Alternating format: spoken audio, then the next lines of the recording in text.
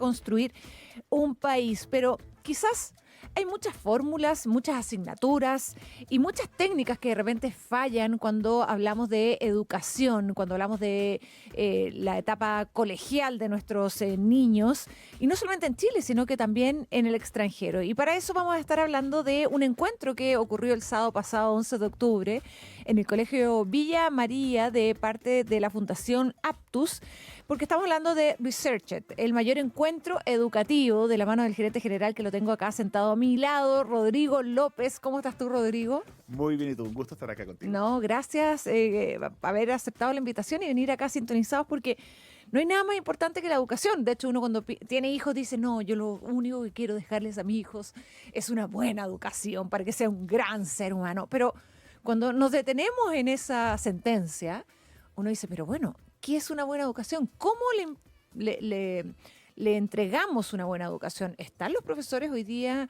al pie de la línea de lo que está pasando internacionalmente? ¿Cuáles son las fórmulas? ¿Cuáles son las asignaturas? ¿Cómo es el aprendizaje hoy día en esta era tan digital y que compites al final con el scrolling de TikTok, de Instagram, donde los niños sienten que absorben y aprenden mucho más? Rodrigo, ¿cómo les fue este fin de semana? Cuéntame un poquito también de lo que fue Researched este sábado pasado. Perfecto, sí, mira, la verdad es que fue un éxito. Tuvimos a casi 1.400 personas, la mayoría de ellos profesores y directivos de colegio, pero también tomadores de decisiones de distintos espacios del mundo educativo chileno. Claro. Con un solo propósito, juntarse a aprender de qué funciona en educación. Researched nace con esa idea. Y una idea bien central dentro de eso es, hay que entender muy bien cómo aprenden las personas para poder definir cómo enseñar. Que suena súper obvio, pero no es un conocimiento tan general, y especialmente en educación no se enseña muy explícitamente. Y perdona, deja de tenerme ahí, y yo creo que va cambiando también generación con generación. Es que eso es lo interesante, hay cosas que cambian y cosas que no cambian. Déjame hacerte un símil. Ya. Para ser arquitecto, es una profesión muy creativa, que tiene tendencias distintas de distintas épocas y distintos estilos. Pero para ser un buen arquitecto tienes que entender los principios de la física. Claro. Los principios de la física no cambian. Y si puedes construir cosas muy creativas, pero si no respetas la física, se te va a caer. Claro. Acá pasa un poco lo mismo. Los seres humanos, en etapa evolutiva, no hemos cambiado mucho en los últimos 2.000, 4.000 años. Lo que se ha cambiado mucho en los últimos 20, 30 años es el entendimiento de la neurociencia y la psicología, de cuáles son la naturaleza de cómo aprendemos. Entonces, eso es bien estable en el tiempo. Y es bueno que sea estable porque te da criterios de decisión para definir cómo enseñar.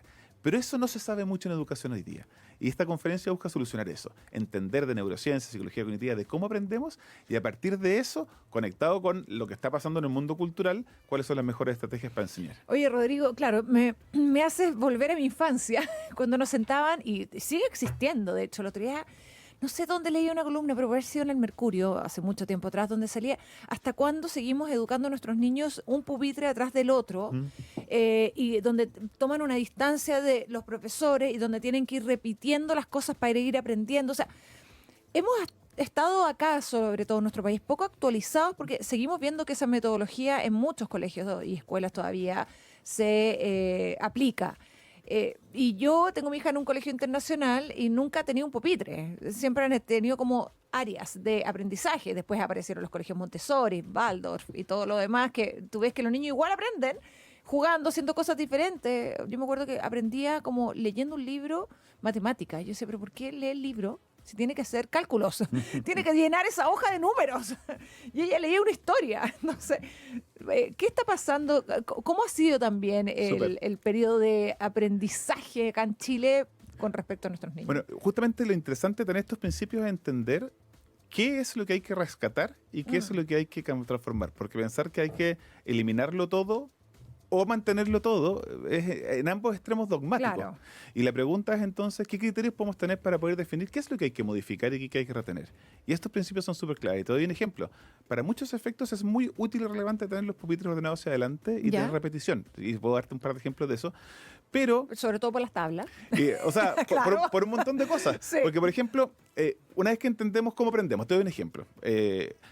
una forma clave de cómo aprendemos a entender cómo opera el proceso de retener información. Hay una cosa que se llama la memoria de trabajo, que es el lugar donde pensamos activamente. Claro. Pero ese espacio donde pensamos es súper limitado en capacidad. O sea, si yo te dicto 5 teléfonos, imposible que te acuerdes, a lo más uno. Retiene poca información en poco tiempo y es angostita.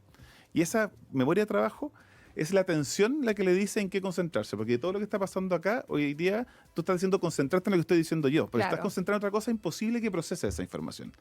Y solo lo que procesamos ahí se puede aprender. Entonces, por ejemplo, una sala de clase que es ordenada y que permite focalizar la atención es una precondición para poder hacer pensamiento relevante. Mira. Y para eso ciertas cosas que son muy tradicionales son súper útiles. Perfecto. Pero por otro lado, si el único que está pensando en la sala de clase es el profesor, porque los otros niños están apagados y no pensando, tampoco va a haber aprendizaje. Claro. Entonces la pregunta es cómo maximizas la cantidad y calidad de pensamiento que hay en la sala de clase, y eso tiene que ser muy dirigido por el profesor, pero logrando efectivamente que piensen los estudiantes. Entonces ahí uno puede rescatar mucho de, oye, la importancia del orden, de buenas rutinas, de formar hábitos, porque eso permite focalización de la atención. Pero luego, una vez que la tengo, ¿qué hago con esa atención? Hay muchas metodologías nuevas y distintas que te pueden ayudar a tomar mejores decisiones de qué hacer. Y eso pasa hoy día, y hay muchos mitos o creencias de cómo aprendemos que son erróneas y que son súper populares. ¿Cómo cuáles? Cuéntame. Por ejemplo, estilos de aprendizaje. Ya. Eso de que hay gente que aprende mejor de forma visual, otra de forma auditiva, otra de forma kinestésica. Y se les dice a los profesores, por lo tanto, cuando hagas una clase, tienes que atender a todos esos estilos para que la clase sea buena. Bueno, resulta que eso es súper mito. La gente a veces siente que le acomoda ciertas cosas, pero no aprende mejor de esa forma. Y es una tremenda cantidad de esfuerzo innecesario para los profesores de planificar en esos distintos estilos, cuando la verdad es que toda la evidencia dice que no agrega valor. Pero entonces cuando el profesor te decía en clase, tomen apunte, escriban lo que yo estoy diciendo para que se lo aprendan. Quiere decir que el profesor venía como con un dogma que en realidad puede ser que haya estado ahorrado. No, yo digo que, por ejemplo, tomar apuntes, si es simplemente copiar de la pizarra algo, no estás pensando activamente en el porque contenido. yo me acuerdo cuando chicos me decían, copien la pizarra, el profesor escribía, y yo decía, ella lo pasa bien como disfrutando la tiza y el pizarrón. Justamente, porque en fondo ahí ese proceso no es un proceso que estás pensando en el contenido. Claro. Es mucho más efectivo entregarle las notas a los niños. Por ejemplo, en Aptos parte de lo que hacemos son planificaciones de clase para los profesores y le entregamos el material con libros para los niños para que no copien, para que se dediquen más a pensar respecto al contenido que está pasando. O sea, copiar no agrega mucho valor, excepto cuando estás aprendiendo a escribir, obviamente, que es otra historia.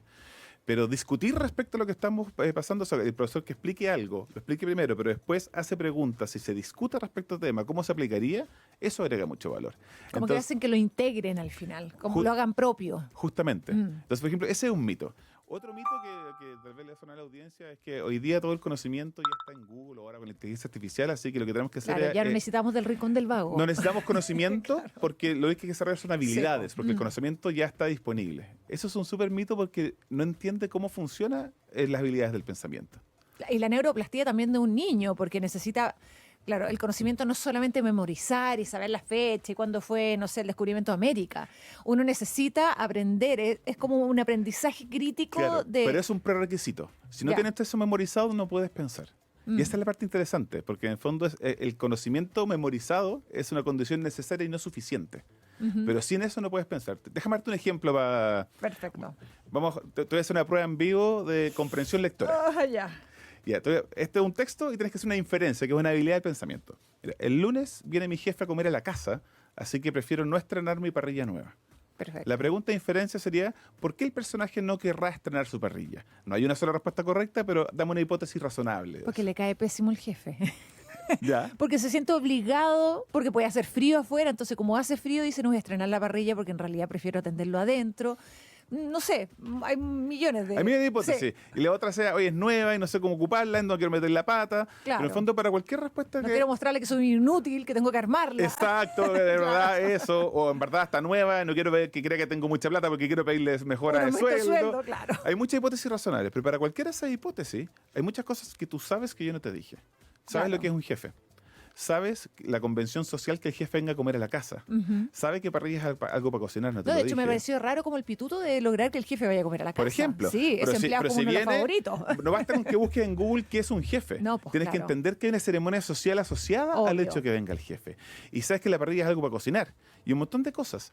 Y si no, entonces tú, esa habilidad de comprensión lectora no puede ocurrir si no sabías todas esas cosas. Cada vez que alguien escribe algo, asume conocimiento por parte del lector. Claro. Y la brecha de comprensión es una brecha de memoria, es una brecha de cosas que no tengo en mi cabeza. Oye, pero Rodrigo, ahí hay un punto súper importante, porque sabemos, y según las encuestas, de hecho, hablamos hace un par de meses con respecto a la comprensión de lectura y lectora que tenían los niños, de hecho, en segundo básico, y por todas estas pruebas que se les aplican para entender, y un niño que en segundo básico ya debería estar leyendo fluidamente. En nuestro país eso no está pasando, no saben leer, no tienen comprensión lectora, no retienen y no tienen tampoco el hábito de hacer una lectura. Justamente, en el tema de comprensión lectora para entrar al mundo hay como dos grandes hitos clave o dos mecanismos que permiten la comprensión. La primera es el llegar a leer fluido, que es la decodificación, que llega un texto y logro leer X palabras por minuto dependiendo de la edad. ¿Y por qué eso es importante? Porque esta memoria de trabajo que te hablaba, que es muy chiquitita, cuando estás aprendiendo a leer, toda su capacidad de procesamiento está dedicada a descifrar la letra ma. Y mientras eso no sale automático, y eso se hace según la práctica, mientras más prácticas logras automatizarlo, logras liberar ese ancho de banda para pensar en el contenido. Claro. Si es que no lees fluido, imposible dedicarle atención al contenido. Y en ese caso, por ejemplo, tú como experto con Aptus, que es una organización que se dedica a estudiar, a investigar, a saber lo que está pasando en el mundo, a leer papers con respecto a educación.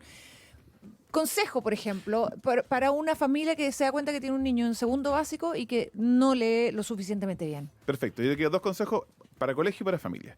Lo primero, para el colegio, que es clave, es elegir muy bien la metodología de enseñanza de lectura. Hoy día la evidencia es súper clara de que hay metodologías que funcionan bien y otras que funcionan mal.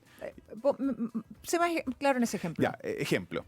Hay metodologías, las buenas metodologías para enseñar a leer hacen lo siguiente. Enseñan intencionadamente, va a sonar súper obvio, las letras, Claro. su sonido, y van agregando letras de a poquito y las van practicando de forma acumulativa. Claro. Nunca le piden a un niño que adivine una palabra y solo le presentan palabras que ya les han enseñado las letras. Perfecto. Entonces lo hacen de forma acumulativa y practicando mucho.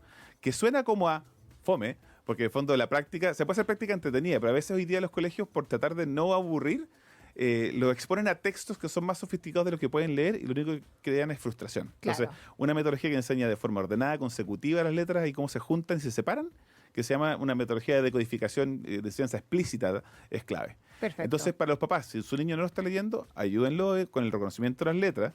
Primero, por ejemplo, pequeños tips. Cuando están enseñando las letras, no digan esta es la M y esta es la P. En un principio esto es la o la P, porque en el fondo quieres que entiendan el sonido de las letras, que eso va a simplificar que aprendan cómo se juntan. Claro, y se porque después separan. tienen que sacar eso chuta, la M ya no es M, es Claro. Entonces, un buen sistema Es un al doble principio trabajo, es una es un vuelta doble más trabajo, larga, es un claro. doble trabajo. Sí. Entonces, presenta las letras en base a su sonido y eso te va a ayudar, por ejemplo, en la primera etapa cuando logran decodificar.